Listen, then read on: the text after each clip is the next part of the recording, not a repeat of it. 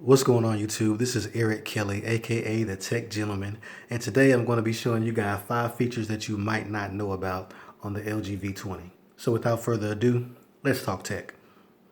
Full circle, music.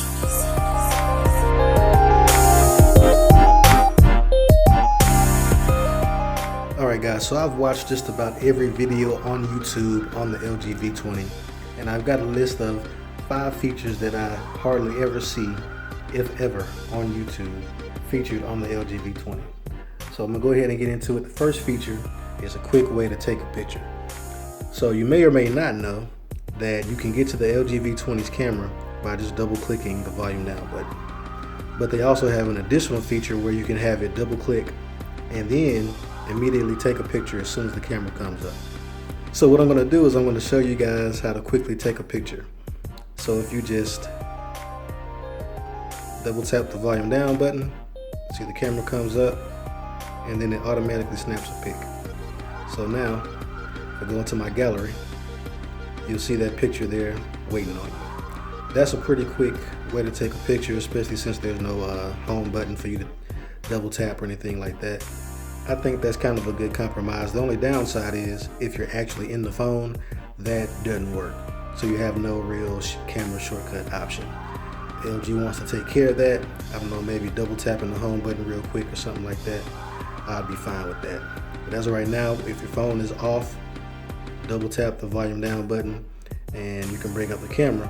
But let me show you how to actually activate the portion where it goes ahead and takes a picture. So we go into our settings, and at least on the Verizon variant, because some of these are different, you have an option called shortcut keys. So you hit that and you are greeted with 2 options. You can turn on and off the double tap volume up for Capture Plus and double tap volume down for the camera, but you also have the option called Quick Shot down here. So you cut that on, it says take a photo instantly when app opens with key. So that's talking about the volume down key. So that's my number 1 feature I haven't seen talked about very often. The second, while we're here at it, is this 360-degree wallpaper. So as you can see, my wallpaper is kind of spinning around right now, but I can it's actually a 360-degree wallpaper. So I can look up, look down, look all around. I think that's pretty cool. I don't know what type of impact this has on battery yet. I'm actually going to be testing it out today, but that's a pretty dope feature. Anybody who picks up your phone is immediately going to be blown away by that. That's pretty cool. Not really a functionality thing, but just something, pretty cool you can do. If you long press here, I don't even have the LG launcher installed, but it still shows up as an option. You got 2 of them. You got a 360-degree video wallpaper and just a 360-degree wallpaper. And I'll show you the video. I don't like it as much, but it's pretty cool too. You can actually have a 360-degree video as your wallpaper, which is cool, but I'm sure that's going to demolish your battery. So I just stick with just the regular wallpaper, and it is pretty cool. But yeah, so that's the second cool feature that I found on the LG V20 that not many people are talking about. The other is something that most people probably don't notice unless you use your phone in landscape a lot. So I usually have my phone in my car docked like this, and what gets annoying is when you get notifications, especially like me, I get a lot of them. If you go to swipe down, you get your notification shade. And when you're in landscape, usually if you got a lot of notifications, it'll just kind of cascade down the screen and you have to scroll down. But this actually on the LG V20 shows them at, it shows your notification shade a little bit differently. So even if you pull down again, instead of getting your fully expanded quick settings, you actually get to scroll through them. And I think that's just a cool attention to detail. I don't know if that's an Android 7.0 thing or if that's something that LG did, but that's something that I noticed and it was pretty cool. All right, so like I said, I'm keeping this video short, moving along. Number 4. So you guys, number 4, going to go here into the settings, and we are going to go to our display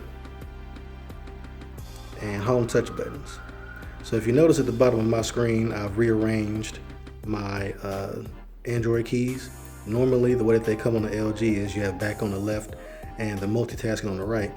Well, me coming from Samsung devices, I'm used to my back button being on the right. Even though it looks a little bit funky, it just feels more natural. And I think it's easier because you interact with the back button a lot more often than you do the multitasking. So I like having that pretty close and front and center there.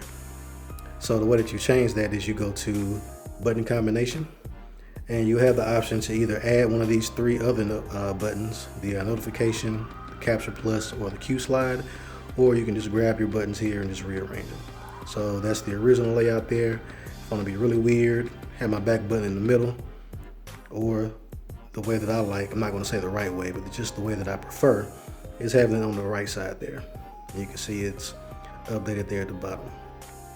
So that's another cool feature, another customization that you can take advantage of on the LG. And the last thing that I've really grown to appreciate has to do with this secondary display up top. And the thing that I love is it's always on. So if you've noticed, everything I've gone through, every app I've opened, you know, if I go into the home drawer, the app drawer, go into an app, I've always got my media controls up there. So also, if you're using an app that's compatible with Google Cast and you have it playing on your TV, you still have, you know, your media controls shown at the top. So that's always convenient, just be able to pick up your device. And even when it's off, when the screen is off, if I was to power this off, and I have the option to go to my media controls without even turning on my phone. If you're casting something to your TV, you're watching Netflix or Hulu, that is always convenient. And it's always kind of just time consuming to go into the actual Hulu app and all that stuff, or having a bunch of widgets on your home screen or something like that. So that's the fifth and final feature that I'm going to be talking about in this video today, guys. But if you guys have any questions, remember, like, comment, subscribe. I always reply back to my comments in a timely fashion, you know, as long as they're civilized. And if you guys have any questions on the LG V20, hit me up, let me know. I'm doing a couple of challenges right now with battery life that I've gotten some requests for. So until next time, guys, peace.